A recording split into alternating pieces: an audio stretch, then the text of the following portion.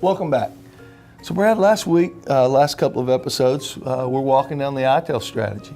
We're walking down the strategic processes section of ITEL. We spoke about business IT alignment. We talked about IT strategic planning.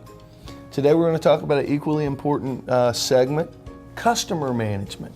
So from an IT perspective, from an infrastructure or an IT department, who are your customers? Yeah, the answer to that is basically there's a lot. A lot of people are your customers, and with as diverse as IT organizations are today, with the things they're bringing to the table and the things they need to do, their customers are really all over the place. They have first of all, they just have all of their users of their technology. That is their customer, one of them, right?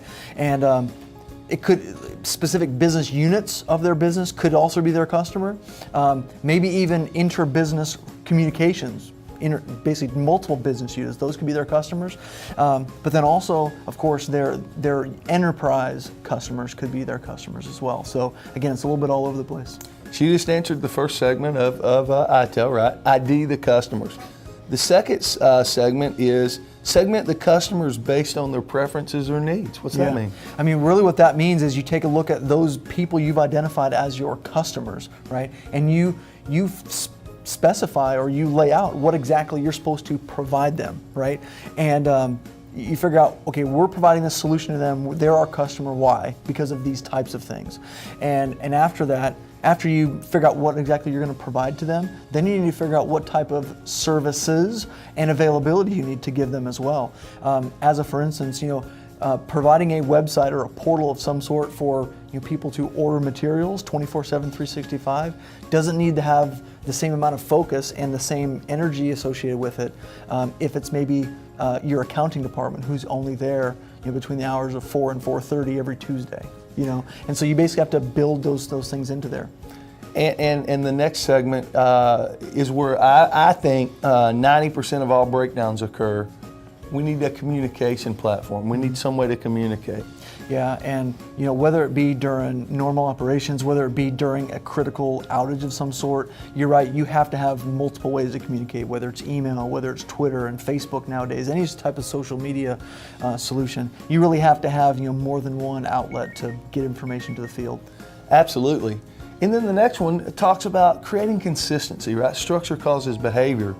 How about a consistent set of rules, right? One set of business processes that span the whole organization. Yeah, it's funny because first of all you standardize, you build a common set of tools, and then you say like, oh, but this customer only it only needs these sets of tools. But you're right, that is the way it is. You basically have your handful of tools in your bag, and then you use those same ones in different combinations to serve those different customers.